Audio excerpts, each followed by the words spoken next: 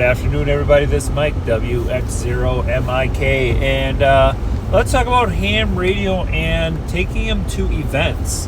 Last night I went to the Vikings game, my second one ever, the first one at US Bank Stadium.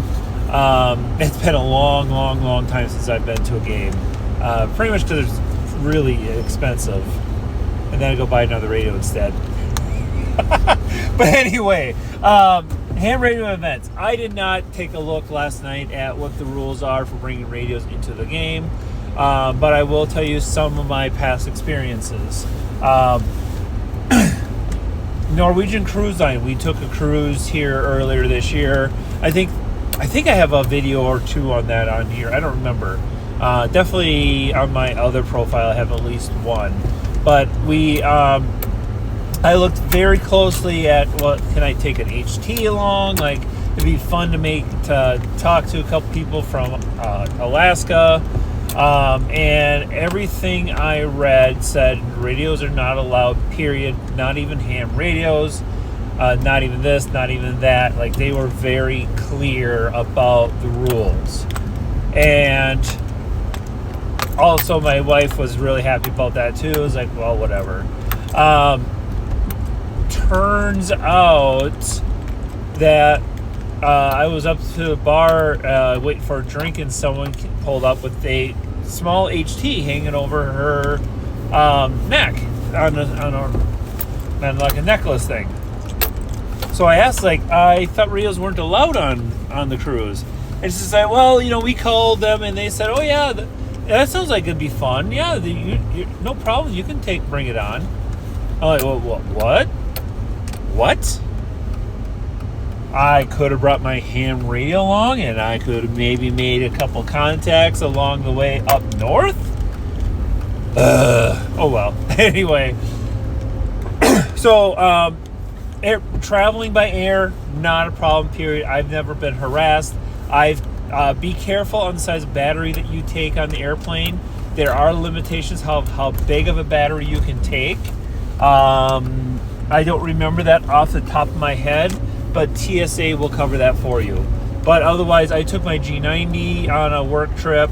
I took a little True SDX on a work trip, and I also took. I've been taking HTs for several years now on trips. Not a problem at all. I would just maybe recommend not necessarily taking your really expensive one with you, just in case, and things slip away sometimes.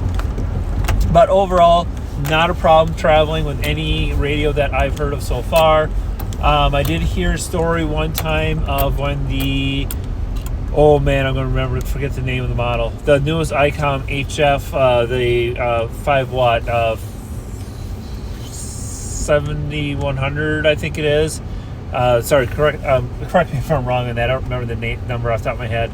But when that first came out, the ham that was carrying it said that they were pulled off to the side, and they said, nope, you're not in trouble. All we want to do is to scan this radio and get it into our database for future.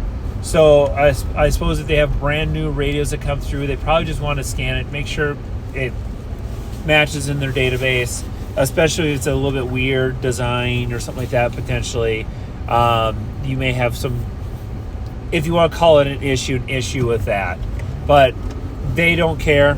Obviously you got to follow the rules on the aircraft and the rules of the captain of the plane. If you want to try and operate on the plane,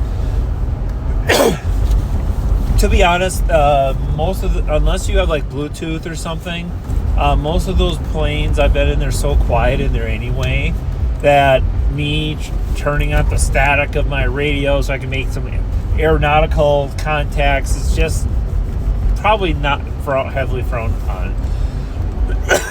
So I have not made that effort or taken that effort to ask those questions.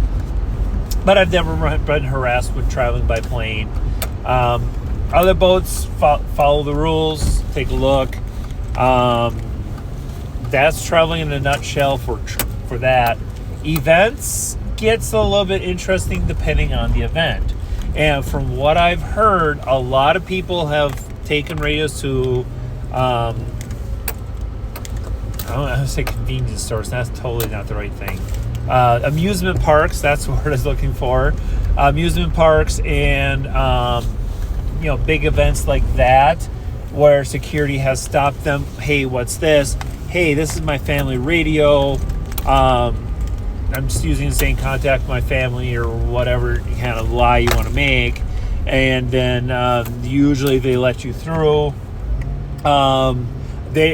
You just got to remember in most cases that security is worried about you scanning and monitoring them. And while technically it's perfectly legal, they always tend to have they always try to tighten up a little bit because they think you're just listening to them chat on the radio all the time. So just kind of keep that in mind as you are picking your radio. Make it as inconspicuous as you can. Don't bring your Whistler scanner or handheld scanner along. That will probably not get through. But as far as licensed amateur operators, generally you might get a little slack, or a little extra comments or checks or questions because of the radio, but generally they usually let it through. I think I've even heard Disney World people are able to get it into the Disney parks with just a little bit of hassle. So keep that in mind as you go forward and you travel, take it to events, things like that. Now, if we're talking events where amateur radio is involved in the event, obviously there's no problem there at all. So hopefully that helps. 7-3.